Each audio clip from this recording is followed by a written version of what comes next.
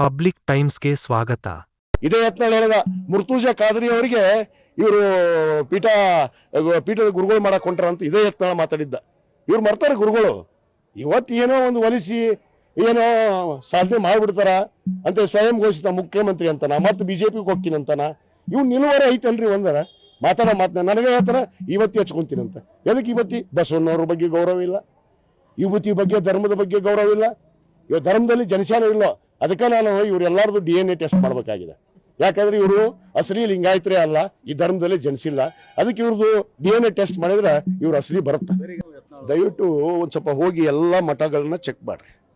ದೇವಸ್ಥಾನ ಬೇರೆ, ದೇವಸ್ಥಾನಕ್ಕೂ ಬೀಗ ಹಾಕ್ತಾರೆ ರಾತ್ರಿ. ಇತ್ತೀಚೆಗೆ ನಿಮ್ಗೆ ಗೊತ್ತೈತಿ ಬಂಗಾರ ಕಳುವಾತು, ದೇವಸ್ಥಾನದ ತಾಯಿ ಮೇಲೆ ಇರುವಂತ ಆ ಬಂಗಾರನ ಉಳಿಯವಲ್ದು. ಕಳ್ರ ಹಂಗದಾರ.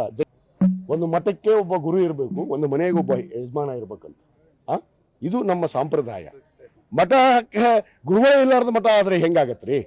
ಕಳೆದ 4 ವರ್ಷದಿಂದ ಇವ್ರು ಮಠದಲ್ಲಿಲ್ಲ ಸರಿಯಾಗಿ. ಈಗ ನಾನು ಬಂದ ತಕ್ಷಣ ನನಗೆ ಕೇಳಬೇಕಾಗಿತ್ತು ಒಬ್ಬ ಅಧ್ಯಕ್ಷನಿಗೆ. ನಾನೊಬ್ಬ ಟ್ರಸ್ಟಿನ ಅಧ್ಯಕ್ಷ ಅಲ್ಲ, ನಾನು ಮಾಡ್ಯಾರಲ್ಲ. ಇದರೊಳಗೆ ಒಂದು ಸೌಜನ್ಯಕರ ನನಗೆ ಒಂದು ಅಭಿನಂದನೆ ಯಾರ ಇವರು ಆ ಗುರುಗಳಾದವರು ನನ್ನ ಮಠದಾಗ ಅದಾರ. ಅಂದ್ರೆ ನಮ್ಮ ಟ್ರಸ್ಟ್ನಾಗ ಮಠ ಇರೋದಲ್ಲ ಅದು. ಈ CC ಪಾಟ್ಲ ಮಾತಾಡ್ತಾರೆ, ಯಾವ ಮಠ ಯಾರು ಮಾಡಿದ್ದು? ಇವ್ರಪ್ಪ ಮಾಡಿದ್ದಲ್ಲ ಮಠ. ಏನು ತನು ಮನ ಧನದಿಂತ್ರ ಈ ಸಮಾಜ ಕಟ್ಟಗ ನಮ್ಮ ಅಪ್ಪನಿಂತ್ರ ನಾವು ದುಡ್ದೀವಿ, ಪಾದಯಾತ್ರೆ ಮಾಡೀವಿ. ನನ್ನ ಮನೆಯಾಗ ನಾನು, ನನ್ನ ತಾಯಿ, ನನ್ನ ಹೆಂಡತಿ, ನನ್ನ ಮಕ್ಕಳು ಕೂಡ. ಇವ್ರು ತಾಕತ್ತಿದ್ರೆ ಮಾತ್ರ ಅಂತ ಹೇಳ್ರಿ. ಇವನು ಒಂದ್ ದಿವಸ ಹೋರಾಟಕ್ಕೆ ಬಂದಿಲ್ಲ, ಬರೀ ಕುತಂತ್ರ ಕೆಲಸ ಮಾಡ್ಕೊಂಡು ಸಮಾಜ ಉಳಿಯುವಂತ ಕೆಲಸ ಮಾಡ್ತಾ ಇದಾರೆ ಇವ್ರು ನನ್ನ ಬಗ್ಗೆ ಮಾತಾಡ್ತಾರ. ಜನ ನೋಡಕತ್ತಾರ CC ಪಾಟ್ಲ 28ಕ್ಕೆ ಮತ್ತೆ ಬರುತ್ತಾ, ನೀನ್ ಏನ್ ಗೆದ್ದಿ ಈ ಸರಿ ಎಷ್ಟರ ಗೆದ್ದಿ ಗೊತ್ತದ ಜನಕ್ಕೆ. 28ಕ್ಕೆ ನನ್ನ ದೀಪ ಆರತ್ತೋ ನೀನ ದೀಪ ಆರತ್ತೋ ಕಾಯ್ದು ನೋಡೋಣ.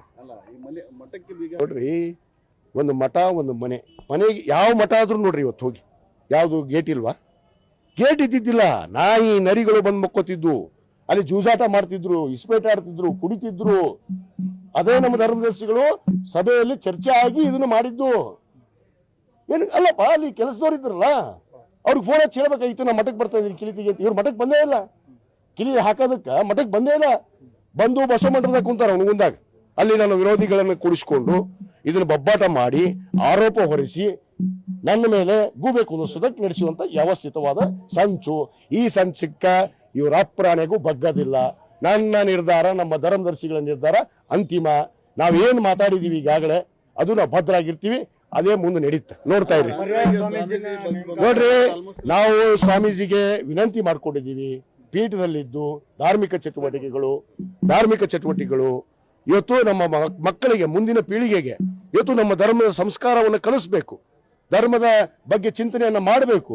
ಅದು ಬಿಟ್ಬಿಟ್ಟು ಇವರು ಸಂಚಾರ ಪೀಠ ಮಾಡ್ತೀನಿ, ನಮ್ಮ ಮಠ ತ್ಯಾಗ ಮಾಡ್ತೀನಿ. ಮಠ ತ್ಯಾಗ ಮಾಡೋರು ಯಾಕೆ ಮಠದ ಪೀಠಾಧೀಶರಾದ್ರು? ಇನ್ನಷ್ಟು ಸುದ್ದಿಗಳನ್ನು ನೋಡಲು ಪಬ್ಲಿಕ್ ಟೈಮ್ಸ್ ಸಬ್ಸ್ಕ್ರೈಬ್ ಮಾಡಿ, ಬೆಲ್ ಬಟನ್ ಒತ್ತಿ.